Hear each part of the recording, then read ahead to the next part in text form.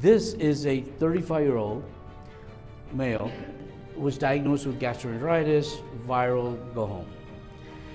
He goes to another urgent care, then he goes to the ER. Basically, this gentleman went to 3 different places, 3 different eyeballs, 3 different clinicians, NPs, PAs, and MD saw this patient over a 3-day period.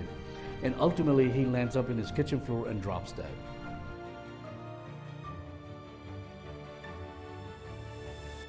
They said it was a heart attack. It was not a heart attack. It was a thoracic aortic dissection.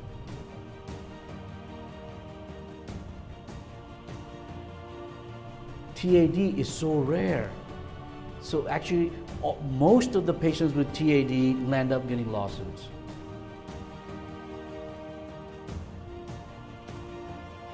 Here's my breakdown. I said you got 5 steps to detecting aortic thoracic dissection. If you follow these 5 steps in sequence, your likelihood of getting the diagnosis is 95%.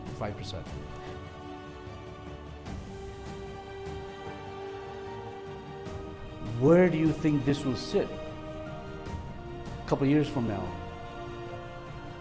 Will it be more system or will it be more people?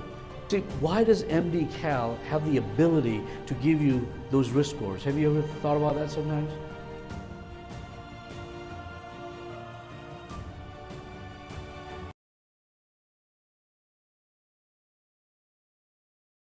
This is a 35-year-old male who basically went to urgent care and then was diagnosed with gastroenteritis, viral, go home. He goes to another urgent care 2 days later, sort of same thing. They gave him some medications and said, you got the flu. Then he goes to the ER, discharged home. Because what happened is they asked, right, where were you today? He goes, I've been to 2 urgent cares and I came to you now. So it's like, what'd they say? Oh, that was a flu, so it must be the flu again. You know, so it's like we're biased. So basically, this gentleman went to 3 different places, 3 different eyeballs, 3 different clinicians, NPs, PAs, and MD saw this patient over a 3-day period. And ultimately, he lands up in his kitchen floor and drops dead. Okay? Any takers on who this could be? He's a celebrity now? Jonathan Larson. He was the playwright, author of Rent. Yes. And it was debuting 2 days after his death for the first time. Of course, they put it out in the newspapers and they said it was a heart attack. It was not a heart attack. But this is actually the newspaper clipping saying, you know, it was a heart attack. It was a thoracic aortic dissection, right? So it's a zebra. Heart attacks are common, right? If you were to look at the cases for thoracic aortic dissection and say, if you are reviewing a case and you say, what is it that I need to do in this case that I'm evaluating? We missed it, so it's rare. Yes, it's rare, but that doesn't mean we need to miss it. So it's the failure to make the appropriate diagnosis to begin with. It's delayed or making the right diagnosis is where the problem is, not the actual diagnosis. It's often missed, we know that. That's why we're calling the zebra. Then there's no sensitivity test, right? Like for MI, we got now this sensitive troponin that we send people home now. We don't even keep them for 24-hour observations because they're so sensitive, they're specific and reliable. So really for TAD, there's no test like that. 1 TAD is equal to 80 MIs, right? So the ratio, again, it's the zebra, the definition of a zebra, right? Not often. But for MI, we have EKGs, sensitive troponin, we have all tools that we use, risk scores we can put together. My suggestion is, based on your chart reviews, that because it's a zebra doesn't mean anything. It means we can't be complacent. So if you were to look at this, it's available. Your counsel is looking at this. Maybe the patient's family is looking at this. Our job is now to say, what does this mean? I looked at this for 20 minutes, couldn't figure it out. Right? I don't know about you, but I just thought I was lost. So I said, okay, well, I got to break this up. because I need to show to my counsel, teach my counsel like he or she is a jury, right? So you got to realize that you want to be able to teach your counsel like the jury. That way, it's simple, easy to digest. So this, basically, I felt like I could break this down and say, look, the number of lawsuits for ratio, aortic dissection versus MI, the ratio is half. So that means you get 200, in one study, you get 222 lawsuits for aortic dissection versus 600 lawsuits for MI, about half, double, right? But keep in mind, TAD is so rare. So actually, most of the patients with TAD land up getting lawsuits. Does that make sense? Right? So then MI is 500 times more common than TAD, but the lawsuits are 200 more times common for TAD than MI. It's the ratio is flipped. And you will say, okay, we don't have a sensitivity test, so it's okay to miss it, and we give them a free pass. But things have changed in the last 5 years. So that was a conversation I would have had 5 years ago. Gut feeling. What's your gut feeling? Does he have a dissection? Yes or no? But now it's no longer gut feeling. It's a risk stratification. So any of you guys look at MD Cal, right? So MD Cal has a fairly good risk stratification for a lot of stuff, even for appendicitis.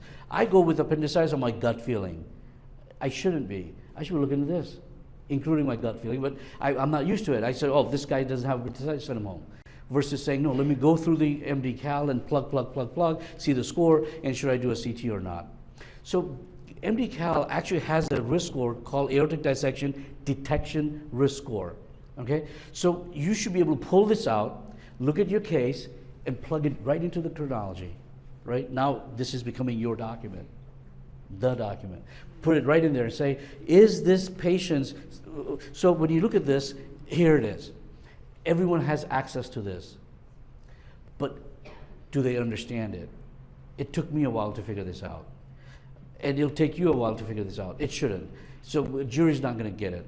They'll be lost. If you say, look, the risk score is there in black and white, they missed it, well, what does that all mean? So what I would do is break it down in illustration for your counsel. He and she can use it if needed, whenever they need it, okay? So here's my breakdown. I said you got 5 steps. Right? Break it down. You're the jury now. I would say, look, there's 5 steps to detecting aortic thoracic dissection. If you follow these 5 steps in sequence, your likelihood of getting the diagnosis is 95%. Step 1, history. Obtain the right history. If you obtain the right history, right, 80% of your diagnosis is in the history. That's what we were taught. Is a stabbing, ripping, tearing, abrupt, severe, right?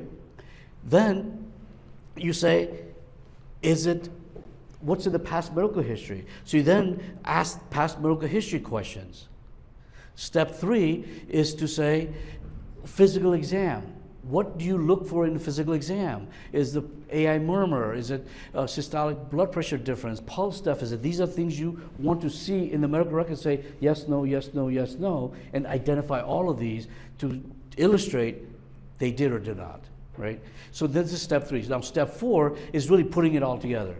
So I put what's on website in the background saying, I don't understand that, but on the front end, I can say, look, you got the presenting history, past medical history, exam, put it together, get a risk score, you get 0, 1, 2, and 3.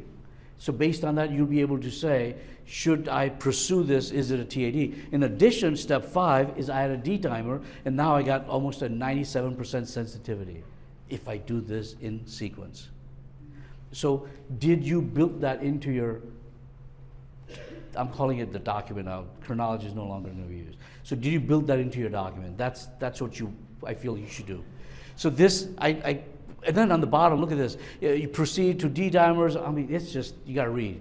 But you kind of simplify it a little bit. I feel like it's easy for the counsel to understand, illustrate, even the jury will get it. Going back to saying, is it system or is it people? Where's the error? So today, I feel it's the physician, clinicians, duty to do those in the history. Where do you think this will sit a couple of years from now? Will it be more system or will it be more people? See, why does MD Cal have the ability to give you those risk scores? Have you ever thought about that sometimes? I think about this sometimes drinking a beer, like why did MD Cal come up with this? I mean, what, are they genius? What, I mean, who does this? It's amazing. But really, MD Cal is doing this because they have the data, they can review millions of records because electronic medical records. See, the electronic medical records gives them the platform to collect the data, resynthesize it, and say these are the scores, 0, 1, 2, 3, whatever the scores are. We put value based on reviewing millions of charts with similar complaints. So MD Cal is in existence because the data is available. So take that to the next level. Where do you think everyone's used UpToDate, right? And all these online resources. Today we're talking about this, how to manage these cases. What do you think MD Cal and UpToDate, and what are they talking about today in another conference from another city? How to get AI infused, so then when you walk into the patient's room, you will just know that this patient's got these symptoms and this risk score for ATD is a 2, right off the bat. And if you didn't ask the right questions, they'll say, can you ask whether it was family history, yes or no?